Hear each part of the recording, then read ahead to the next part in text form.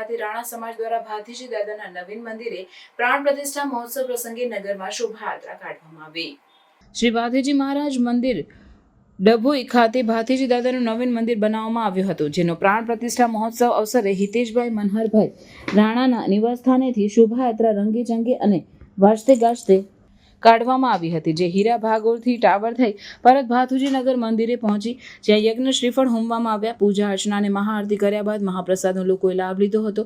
આ ભાઈ ઉટલામાં ડભોઈના લોકલાડીલા ધારાસભ્ય શૈલેષભાઈ મહેતા સહિત હીર રાણા, પ્રવીણભાઈ રાણા, શૈલેષભાઈ રાણા, અલ્પેશભાઈ રાણા, અતુલભાઈ રાણા, હિતેશભાઈ રાણા, ચેતનભાઈ રાણા, રોહિતભાઈ રાણા, ચંપકભાઈ રાણા, અશોકભાઈ રાણા, નગરના આગેવાનો, રાણા સમાજના ભાઈઓ બહેનો મોટી સંખ્યામાં જોડાયા હતા અને પરમ સૌભાગ્ય પ્રાપ્ત કર્યું હતું।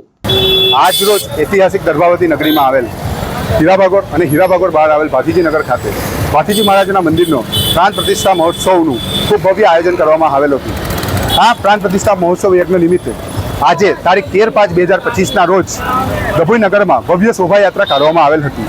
આ શોભાયાત્રા હીરાભાગોળ ખાતેથી નીકળી ટાવર રોડ અને ટાવરથી પરત ભાથીજી મહારાજના મંદિરે પરત ગઈ છે અને આ શોભાયાત્રામાં આજે તારીખ 13/5/2025 એટલે કે 13 મે પૂજ્ય શ્રી રવિશંકર મહારાજજી, જે આર્ટ ઓફ લિવિંગના પ્રણેતા છે, તેઓના ધરા અવતરણ દિવસની એમનો આજે જન્મદિવસ છે।